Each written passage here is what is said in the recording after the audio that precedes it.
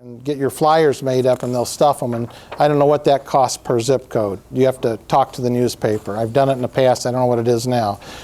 Or you can put in a classified ad in where it says we buy houses for cash. Now the thing you want to know about when you run those ads, you're up against competition because there's a bunch of ads there, so it's called race to the swift. So you've got to really know your business. You've got to be able to go there and write a purchase agreement right on the spot. You can't do it in slow motion. You have to be ready to take the property or tie it up or lock it up or get your advertising agreement done with them right on the spot. We do email broadcasts too. Like if I need to get a property in a given area, I've got a buyer that wants a property, I can do a broadcast out to those 4,000 people and say I want to buy a house in this given area. If I've got a property that I want to sell that I've just taken in, I can do the broadcast out and let people know about it. Michael, you have a house like right now, so you just did this. What was the results on that? You've got one in Southfield. You got an offer the next day. I broadcast an email out to the 4,000 or so investors, and I got responses immediately, and I did this Wednesday afternoon and Thursday morning. And how many responses did you get to the 4,000? Between the afternoon and the next day around noon, I had about 10 to 12 responses. In one offer. In one offer. So that's another resource to utilize. So then the question becomes like, can you use mine? Yes, you can. I just want a fee for when if you score. I'm just going to do another one.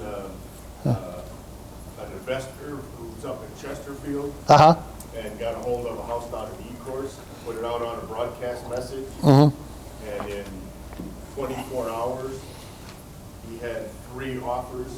My wife and I happened to be first, and we even took 12 hours because she was out of town for me to talk to her. And he said, first fax in is in, and when we got it, and I know that he had the same kind of response that Mike was talking about. Right. So the point is, you don't have to know a lot about this business, and it'll really tell you instantly whether it's a good deal or a bad deal, because when 4,000 people look at it and you get no response, you start to find out. So brochures and restaurants is a really good one. You ever gone to a restaurant and you got little ads on the placemats that say I buy houses for cash? That works. And that's inexpensively ways to do it. Party stores, in the past, when you've got something like this, you can put a display in a party store. You can create a partnership with the store owner, that you and the store owner can create a toll-free number together, where when the customer calls in to the toll-free number, the Canadian answering service that I use emails the lead back, but it emails the lead to me and the party store owner. So now the party store owner can call me and say, well, you had this property, this property, or this property. What's the results on it? So if I was paying him a referral fee or we were partners in the deal, then it creates a tracking system to it. So do you see how you can start to create partnership with people? Do you see if you knew somebody that owned a trucking company, like a plumber or something, that had 16 trucks on the road, that your signs could be going everywhere? To say, I buy houses for cash with a separate number. Do you start to see? So you want to start thinking like, this isn't limited to just what you can put signs out, but who you know that you could, Yes? You're paying them a fee then? It works out in the deal and you buy a house, you're paying them a percentage of whatever you're making? Only when I make money. Right. You could structure a deal that you make 20%. Or the party store owner could be interested in finding something for himself. So he gets the opportunity to cherry pick with the leads, right? So it's all a negotiation. And then I had some of the people I've had in the past was like I had a guy that did a newspaper route. He already knows all the party store owners. So I'll create a relationship with him where we create a toll-free number. And he's going into all the party stores and setting up the boxes. He's already in there every week or every day picking up the newspaper so he can keep the boxes stuffed. He has a relationship with the people, and you're out promoting yourself. So you see how you in all this lead generation, you want to start to see how you can generate partnership with other people. And I think that, to be blatantly honest with you, you could like not put any signs up and just work on calling people that already had the signs up, the meeting of the Brian Phippses of the world, because some of those people are battleship marketers and they can't handle the amount of leads coming in. So that's another way to do it. And it's all inside the knowledge, like you've got the knowledge to know and have enough sense to go get an advertising agreement with something, send the house out on a broadcast, and Bill's going to show up at your door if it's a really good deal, and put a deal together. So it's the knowledge of being able to, that you've got that they're not thinking about.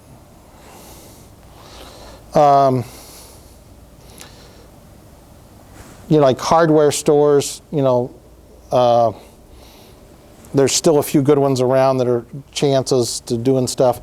And I'll tell on Denise, because I don't know if it's okay to share it or not, she creates little flyers that say I buy houses for cash, and it's got the tear-off number. You've been in a lot of restaurants where somebody's selling something and you can pull the number off. So that's another great way to do it. It doesn't cost anything to do that, or it costs very little. It costs your time. And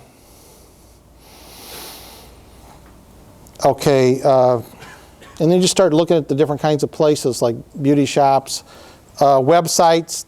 If you want to see a buyer's website that says, you can go to www.888ronbell.com, and that's a sample of a website where it's geared towards generating leads into it to be bought. And that's a duplicate website off of Mr. Pre-Foreclosure, so it's a very well done website.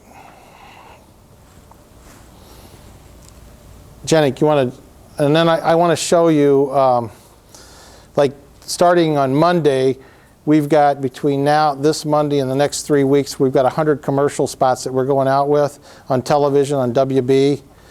And I've done this in the past.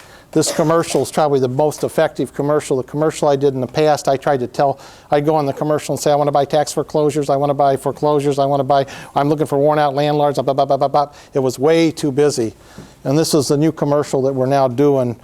And I can't tell you if it'll be effective or not, but I can tell you that everybody that's seen this commercial, I can ask them 1 hour later what the phone number is, and they'll repeat the phone number back to me.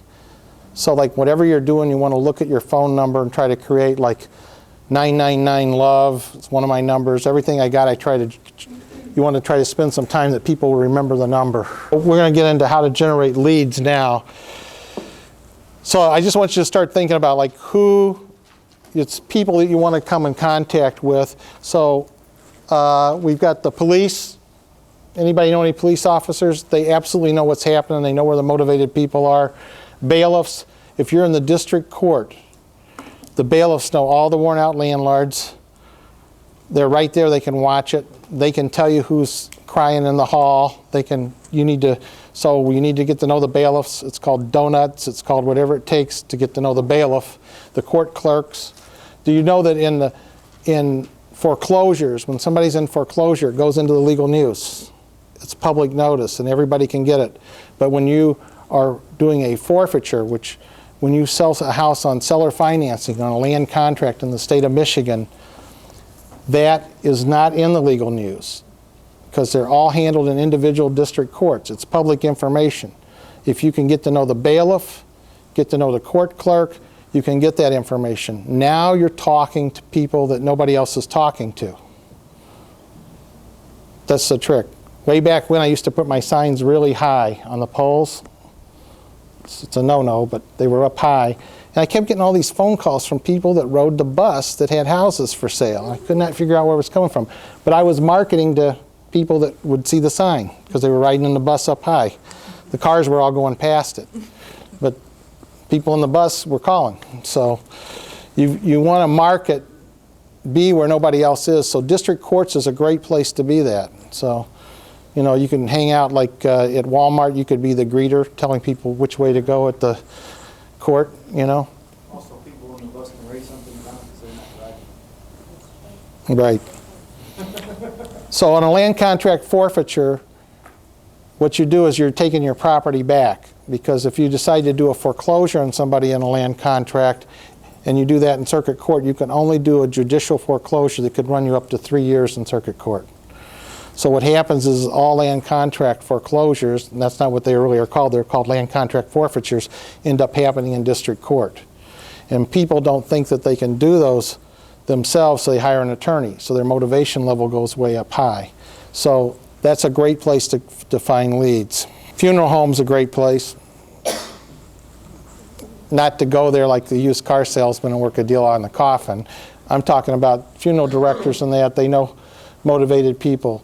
And when you can find who handles the people that die, end up in probated estates, right? And when you're out chasing these leads, also what will happen to you is you're going to find people that never probated the estate. So now you put a sign out, you get a call, and they say, my dad owned the property, and he died, and I'm now living here, and I want to sell it. And they never probated the estate. And there's no money to probate the estate. So there's a gentleman that I use by the name of Darren Finling Law Firm, and I work out a deal with him and says, I got this property resold, and they want to sell it, and the estate needs to be probated. So he probates the estate for me, he puts a lien against it, and gets paid on the sale. Now he's holding me to account around that cost. So I'm saying you can start to do some creative things where the competition falls off. So now you know what he also does is he does quiet titles. So when somebody comes to me and they've got the house and it needs to be quieted, I then say, okay, we'll take you over to Darren, and Darren's going to do the quiet title. And he's going to put a lien against the property. When the quiet title done, then the sale goes down and it gets paid. So you start to eliminate your competition. So it's back again like having the knowledge to where to go find these people. It pays off. The person that knows more about anything is the mailman. When I was in foreclosure, I guarantee you my mailman knew I was in foreclosure. Guarantee it. They know what the mail looks like coming. They know when somebody's in debt collection. They know where the motivated sellers are. So if you have a relationship with a postman, or you marry a postman, or whatever, it's a great resource. They know what's happening in the neighborhood. Now, you said Finland? It's F-I-N-D-I-N-G. Finling, help me out. Finling, okay. It's embarrassing when I introduce him because I butcher it the same way. So you need to have a conversation with him as you know what you're doing and convince him that he's going to get paid, you know. I've got a track record with him because he does want to get paid in these deals. People in this room, there's deals to be done. And this afternoon, like who right now has deals that you've got in your hand or don't know what to do? Okay, attorneys, you know, probate attorneys, divorce attorneys, excellent source of deals. Code enforcers, city inspectors, the people that condemn the abandoned properties. Those are all great people to get to know. Firemen are outstanding resources for finding stuff. They've got a lot of time. A lot of firemen have a lot of properties. The tax assessor is a great place to go to talk, especially if it's a local tax assessor, because he knows who's dragging their taxes. He's got a flavor for, he's got his pulse on things. The water department is a great place because water, you know, when there's delinquent water bills, like you got a $8,000 delinquent water bill, there might be some motivation. So. How would they give that information to you? For the Information Act? Or? Absolutely. So how could you find landlords is in the state of Michigan, when you don't pay your water bill, it can roll over on the taxes.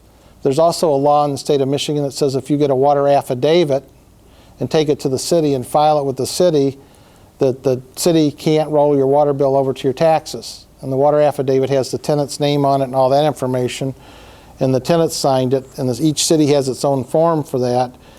And so that means that the city will actually go turn the tenant's water off instead of letting it roll over to taxes. So that's a way to find landlords, right? Pawn shop owners.